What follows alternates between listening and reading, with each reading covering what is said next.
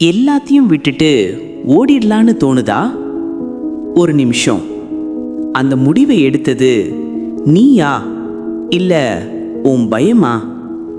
இந்த ஒரு நிமிஷம் உங்க சிந்தனையை மாத்திடும். அருண், ஜெயிக்க துடிக்கிறேன். ஒரு சாதாரண பையன் ஒரு முறை இல்லை 3 முறை தோத்துட்டான்.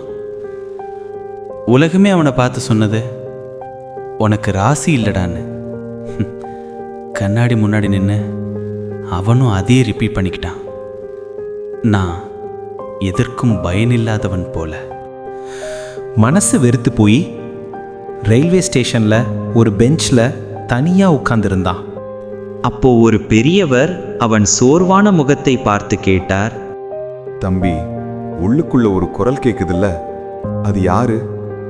உன்னை ஜெயிக்க வைக்க நினைக்கிற மனசா இல்ல தோற்கடிக்க நினைக்கிற பயமா? அருண் திகைத்து அவங்க முகத்தை பார்த்தான்.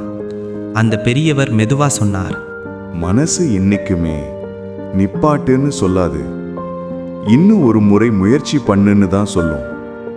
போதும், நிப்பாட்டுன்னு சொல்றது உன்னோட பயம் மட்டும்தான். அந்த வார்த்தைகள் அருண் மனசுல விழுந்துருச்சு.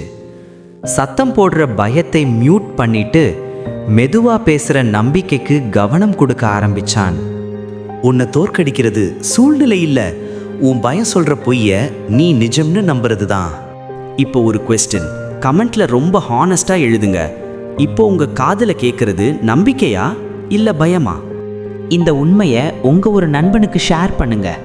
அவன் ஜெயிக்க அது உதவும். நீங்களும் மறக்காம சப்ஸ்கிரைப் பண்ணுங்க.